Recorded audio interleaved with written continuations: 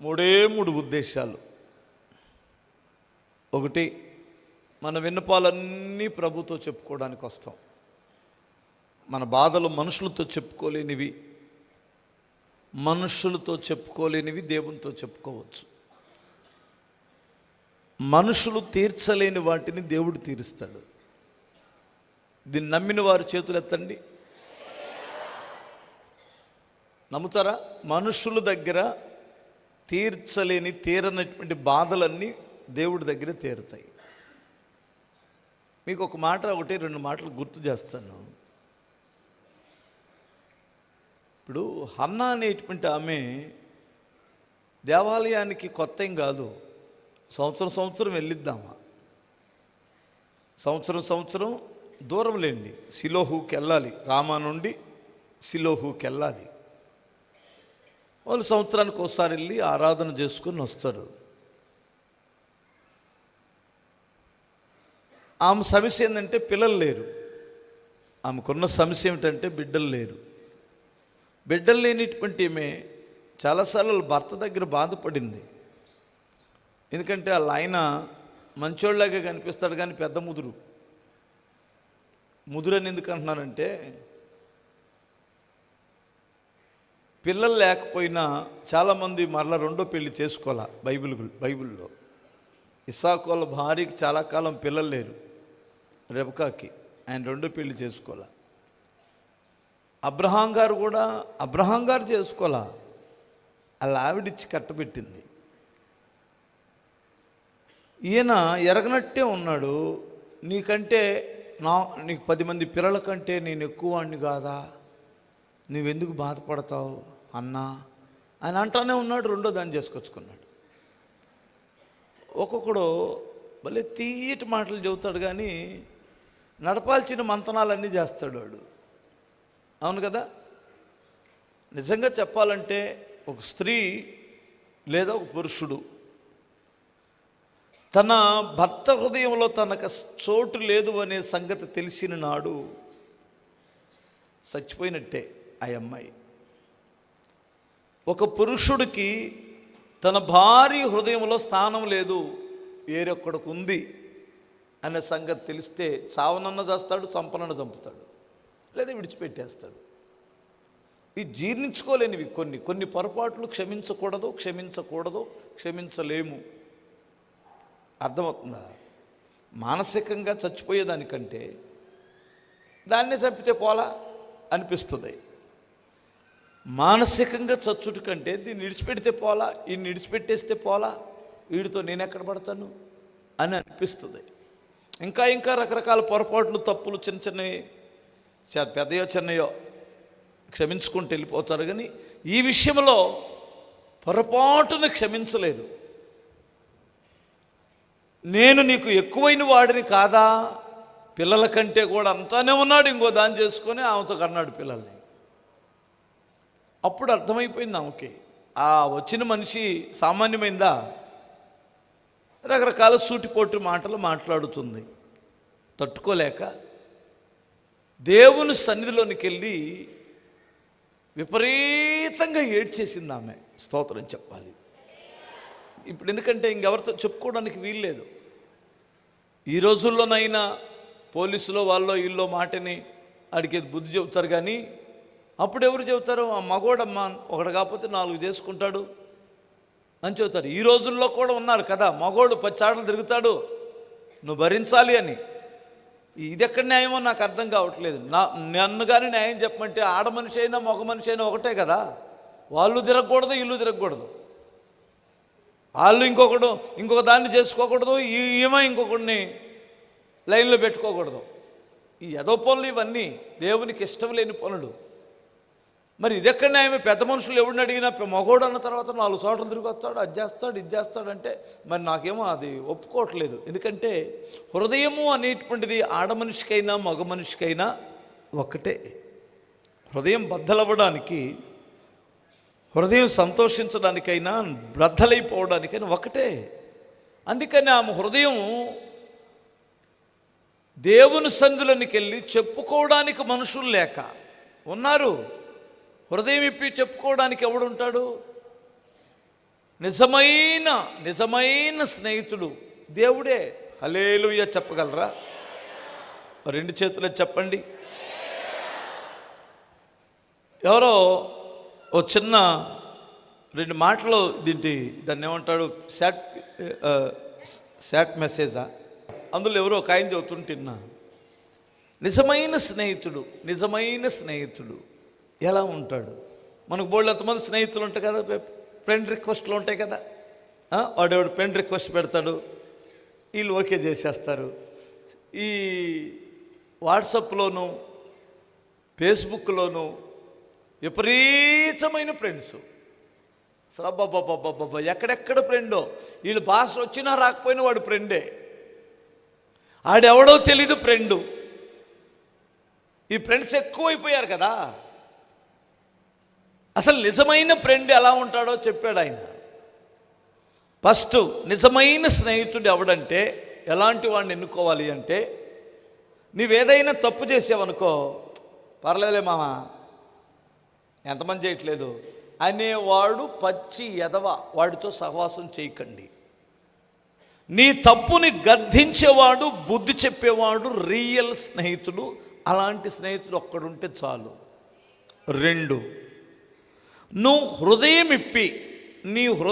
ఇప్పి నీ బాధలు, నీ రహస్య వేదనలు చెప్పుకోగల ఫ్రెండ్ ఎవడైనా ఉన్నాడేమో చూడు, ఆడు నిజమైన స్నేహితుడు. కొంతమంది మన చుట్టూ ఉంటారు, బోళ్ళంతమంది ఫ్రెండ్స్ ఉంటారు, కానీ మన హృదయం ఇప్పి మాట్లాడుకోలేము. ఎందుకంటే వాడు ఊరు ఒక మొత్తం చెప్పేస్తాడు. లేదా మనం ఏదైనా చెప్పుకున్నామంటే బాధ మనల్ని ఎదవ కింద కడతాడు వాడు. అలా కాదు, నన్ను నేను ఎలా సమర్థించుకుంటానో, ఓదార్చుకుంటానో, ఆదరిస్తానో అలాంటి ఒక ఫ్రెండ్, ఒక స్నేహితుడు ఉంటే ఆడే నిజమైన స్నేహితుడు. నిజమైన స్నేహితుడు లెక్క చెబుతున్నాను. మూడేమిటంటే, నీకు ఏదైనా ఆపద వచ్చినప్పుడు, అవసరం వచ్చినప్పుడు నువ్వు ఫోన్ చేస్తే లేదా కబురు చేస్తే సాకులు చెప్పేవాడు కాకుండా వెంటనే వాలిపోయేవాడు, నీ అవసరాన్ని తీర్చే వాడే నిజమైన స్నేహితుడు. ఈ లక్షణాలు ఎవరిలో ఉంటాయంటారు? మనుషుల్లో లేవని నేను చెప్పను, ఉండొచ్చు, కానీ చాలా అరుదు. మన హృదయం ఇప్పి మాట్లాడుకోగలిగినటువంటి ఒక స్నేహితుడు ఉన్నాడే, ఆయనే మన ప్రభు అయిన యేసుక్రీస్తు. మా అమ్మమ్మ తెల్లారగట్ల లేచి ఒక పాట పాడేది. నేనెరిగి తిని ఒక స్నేహితుని, అతడెంతో పరిశుద్ధుడు, ఆ పరిశుద్ధుడే నా జీవన రక్షణ కారణభూతుడు.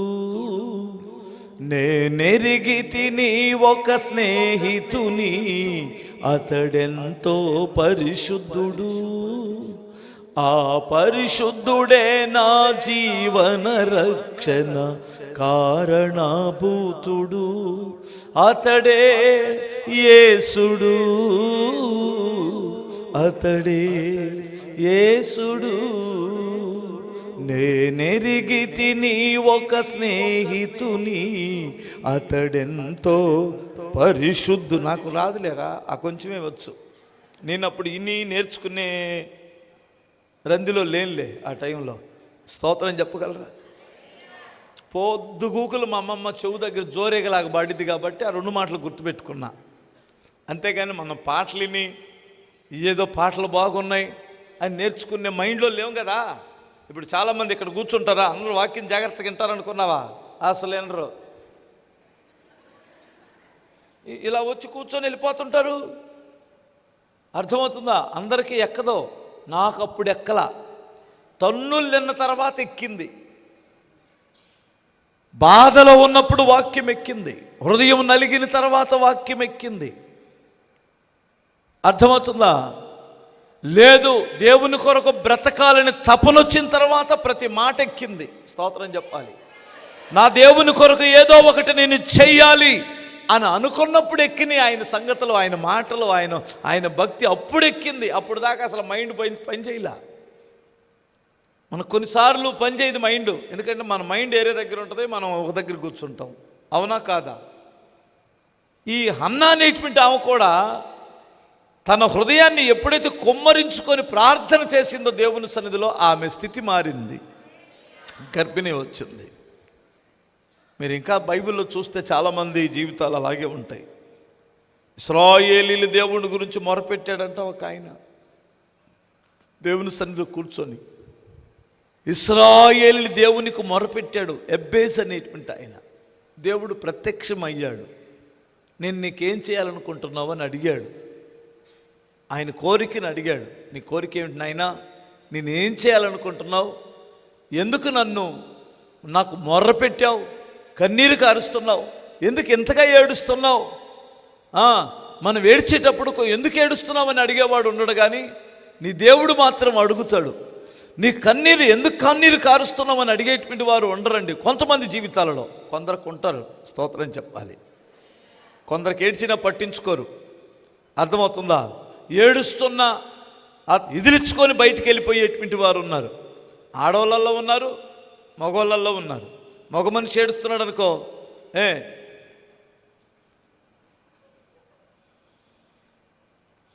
మళ్ళీ కొత్తదా ఇది, కొత్త వేషం వేస్తున్నాడు.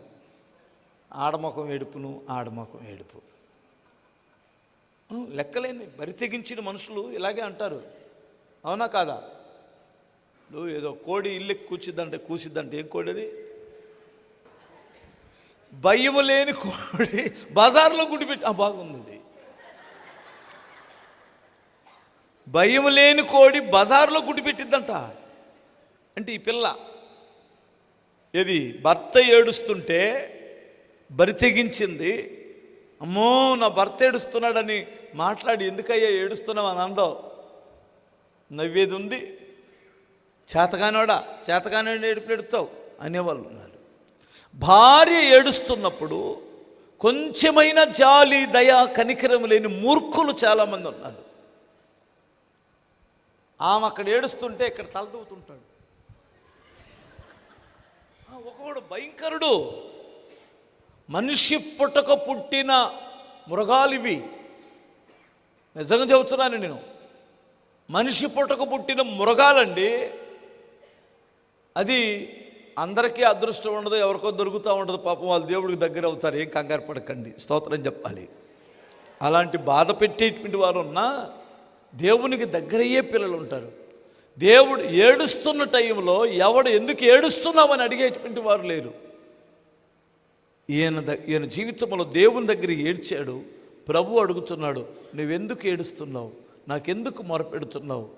ఏంటి అని అడిగితే, ప్రభువా వచ్చావా? నన్ను నిశ్చయముగా నీవు ఆశీర్వదించాలి. ఇంకా ఇంకా ఇంకా నా సరిహద్దులు విశాలపరచు ప్రభువా. ఇంకా ఇంకా ఏం చేయమంటావు? నీ హస్తము నాకు తోడుగా ఉండాలి. ఇంకా చెప్పు. కీడు నుండి నన్ను తప్పించు ప్రభువా. ఇంకా ఏం చేయమంటావు? ఇంకేమొద్దు, చాలు. హల్లెలూయా. మనమైతే ఏం కోరుకుంటాం? గుంటూరులో, ప్రభువా నా తండ్రి, నా దేవా, లక్ష్మీపురం వైపు మంచి ఇల్లు నాయన, రకరకాలైనటువంటి పిచ్చి కోరికలు కోరుకుంటాం. ఆయన అలా కోరుకోలేదు. శ్రేష్టమైన వాటిని కోరుకున్నాడు, మొరపెట్టాడు, దేవుడు ప్రతిఫలం ఇచ్చాడు. దేవునికి స్తోత్రం చెప్పగలరా? నేను ఎందుకు ఈ విషయాలు చెబుతున్నానంటే, ఒక ఆల్నైట్కి వచ్చాం. దేవుని సన్నిధిలో మొరపెట్టుకోవాలి, దేవుని సన్నిధిలో కన్నీరు కార్చాలి, దేవుణ్ణి ఆరాధించాలి, పాటలు పాడుకోవాలి, స్తుతించాలి, పరిశుద్ధాత్మతో నింపబడి ఆరాధించుకోవాలి. ఏమంటే ఏదో కూర్చొని ఆ డ్రామాలో కూర్చున్నట్టు, నాటకాల్లో కూర్చున్నట్టు, బుర్రకథ దగ్గర కూర్చున్నట్టు వద్దు. మీరు చప్పట్లు కొట్టాలి, పాటలు పాడాలి, ఆరాధించాలి. ఏమండి నిజంగా దేవుని సన్నిధిలో మీరు ఎంజాయ్ చేయాలి. హల్లెలూయా. మీరు మీ బాడీ కదలికలను బట్టి మీ హృదయం కదిలిద్దని సంగతి తెలుసా మీకు? కాదా? ఒక దినమైనా గడచునా అన్నారు అనుకో, హృదయం కదిలిద్ది తెలుసా? మీ ఇంట్లోకి వెళ్ళి మీరు మోకరించి ఒక పాట పాడుకోండి. ఆ పాటలో మీ మీ యొక్క చేతులు జోడించో, ఆరాధించో, చేతులు ఆడిస్తూనో అలా చేస్తున్నప్పుడు మీ హృదయానికి దగ్గరగా వచ్చేస్తాడు దేవుడు. స్తోత్రం. మీ హృదయం కదిలిద్ది. ఎందుకంటే నీ బాడీ కదలికలను బట్టి నీ హృదయం కూడా స్పందించింది. అవునా కాదా? హల్లెలూయా చెప్పగలరా? ఇప్పుడు నేను నిల్చున్న దాన్ని బట్టి నా హృదయం ఆలోచనలు మీకు అర్థమైపోతాయి. ఇప్పుడు ఇలా నిల్చొని మర్యాదగా వాక్యం చెబుతున్నానంటే కాస్త దేవుని భయం ఉందని అర్థం. అవునా కాదా? ఇప్పుడు మీరు నేనే ఉన్నట్టుండి ఇప్పుడు నేను మీకు చెప్పేది ఏమిటంటే, అన్నాను అనుకో, ఈడెవడురా బాబు బేవర్సోడా పాస్టర్ అంటారు కదా. అంటే నా హృదయంలో సరైన క్రమశిక్షణ లేదు అనే సంగతి నా బాడీ కదలికలు మీకు చెబుతున్నాయి. అర్థం చేసుకోవాలి. మనం నిలబడే పద్ధతి, మనం మాట్లాడే మాటలు, మన బాడీ కదలికలు మన క్యారెక్టర్ని ఖచ్చితంగా తెలియచేస్తాయి. అవునా కాదా? విరిగి నలిగిన హృదయం కలిగిన వాడు సేవించే విషయంలో చాలా జాగ్రత్తగా సేవిస్తాడు. ఈ రాత్రి ప్రభువు నాతో ఏం మాట్లాడతాడో శ్రద్ధగా వినడానికి వచ్చాం. స్తోత్రం చెప్పాలి. మన మొర్రను, మన బాధను, మన కష్టాలను మనుషుల దగ్గర తీర్చబడవు, దేవుని దగ్గర చెప్పుకోవడానికి వచ్చాం. ఆ మహోన్నతుడికి ఇష్టమైనది ఆరాధన, ఆయన్ని సేవించడం, ఘనపరచడం, కృతజ్ఞతాస్తుతులు చెల్లించడం ఆయనకి ఇష్టం. అందుకు మనం వచ్చాం. ఆయన చెప్పింది వినడానికి వచ్చాం. హల్లెలూయా. మనం చెప్పింది వింటాడు ఆయన. ఇప్పుడు ఆయన చెప్పింది కూడా మనం వినాలి. ఇప్పుడు ఇందాక ప్రార్థనలు చేశాం. మనం చెప్పినవన్నీ ఆయన ఏం చేశారు? విన్నారని నమ్మినటువంటి వారు చేతులు ఎత్తండి. ఇప్పుడు ప్రభు చెప్తున్నప్పుడు మనం ఏం చేయాలి? ఖచ్చితంగా వినాలి. ఇప్పుడు నిద్రపోకూడదు. ఒక్కొక్కరు పిచ్చోళ్ళు ఉంటారు, వాళ్ళు చెప్పిందంతా మనం వినాలి. మనం చెబుతాను, నేను కూడా చెబుతాను, నిన్నగానే నా పని వెళ్ళిపోతాను, వెళ్ళిపోతారు. ఎంతవరకు న్యాయం ఇది?